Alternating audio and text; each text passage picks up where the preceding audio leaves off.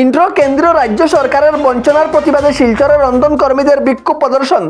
Bio কেন্দ্র ও রাজ্য সরকারের জনবিরোধী নীতির বিরুদ্ধে মঙ্গলবার সিআইটিইউ কেন্দ্রীয় কমিটির নেতৃত্বে জেলা রন্ধন কর্মীদের তাদের ন্যায্য অধিকার আদায়ের দাবিতে বেলা 12টায় জেলা প্রাথমিক শিক্ষা অধিকারী কার্যালয়ের সামনে বিক্ষোভ প্রদর্শন করেন। এদিন স্থানীয় নার্সিংটুলা ময়দান থেকে এক বিশাল মিছিল করে রন্ধন কর্মীরা বিইউ কার্যালয়ের সামনে এসে জমায়েত হয়ে সরকারের বিরুদ্ধে বিভিন্ন স্লোগান দেন।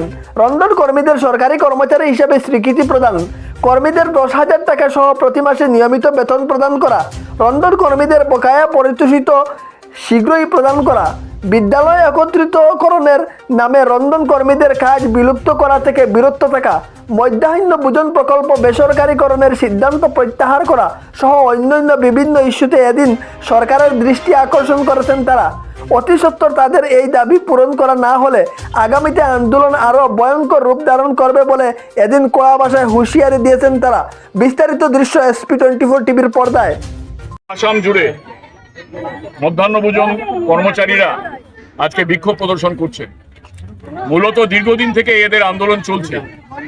একটা আশ্চর্যের ব্যাপার হলো যে আমাদের বর্তমান কেন্দ্রীয় এবং রাজ্য, এরা বলে ডাবল ইঞ্জিন সরকার, এই ডাবল ইঞ্জিন দিয়ে এরা যে গাড়িটা চালাচ্ছে সেই গাড়িতে এদের স্লোগান হচ্ছে বেটি বাঁচাও বেটি পড়াও। অথচ যে বেটিরা এখানে সবচেয়ে বেশি পরিশ্রমের কাজ করে, স্কুলের বাচ্চাদেরকে খাবার রান্না করে খাওয়ায়, তাদের বেতন তো বলা যায় না, এটাকে ওরা বলে সাম্মানিক, যেটা অসাম্মানিক বলা হয়।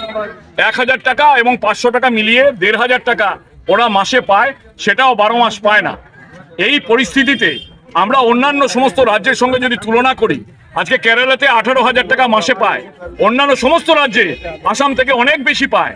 অথচ আসামে আজ পর্যন্ত এই রন্ধন কর্মীদের বেতনের ব্যাপারে বা এই যে টাকা বাড়ানোর ব্যাপারে আজ পর্যন্ত কোনো পদক্ষেপ গ্রহণ করেনি। উল্টে এদেরকে এখন বিভিন্ন স্কুল কমিটির আন্ডারে দেওয়ার চেষ্টা চলছে এবং অন্যদিকে দেখা যাচ্ছে যে এটা প্রাইভেটে তুলে দেওয়ার চেষ্টা চলছে। এর আগেও চলেছিল, অক্ষয় ফাউন্ডেশন বলে একটা ফাউন্ডেশন NGO-কে এরা তুলে দিয়েছিল, সেই সময় তীব্র আন্দোলন করে এটাকে রুখে দেওয়া গেছিল। এখনো বিভিন্ন জায়গায় আমরা দেখতে পাচ্ছি যে অক্ষয় ফাউন্ডেশনের হাতে তুলে দেওয়া হচ্ছে বা অন্য কোনো NGO-র হাতে তুলে দেওয়া হচ্ছে। এটা এইখানকার রন্ধন কর্মীরা কোনোভাবেই মেনে নেবে না।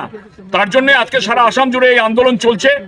আমরা দাবি করছি যে এদেরকে সরকারি কর্মচারী হিসাবে স্বীকৃতি দেওয়া হোক এবং সরকারি কর্মচারীদের যে ন্যূনতম যে ন্যূনতম যে মজুরি 10,000 টাকা ন্যূনতম তাদেরকে দিতে হবে, সরকারি কর্মচারী হিসাবে স্বীকৃতি দিতে হবে, এদের 12 মাস বেতন দিতে হবে এবং মজুরি অবিলম্বে এদের যে টাকা সেই টাকাটা বৃদ্ধি করতে হবে।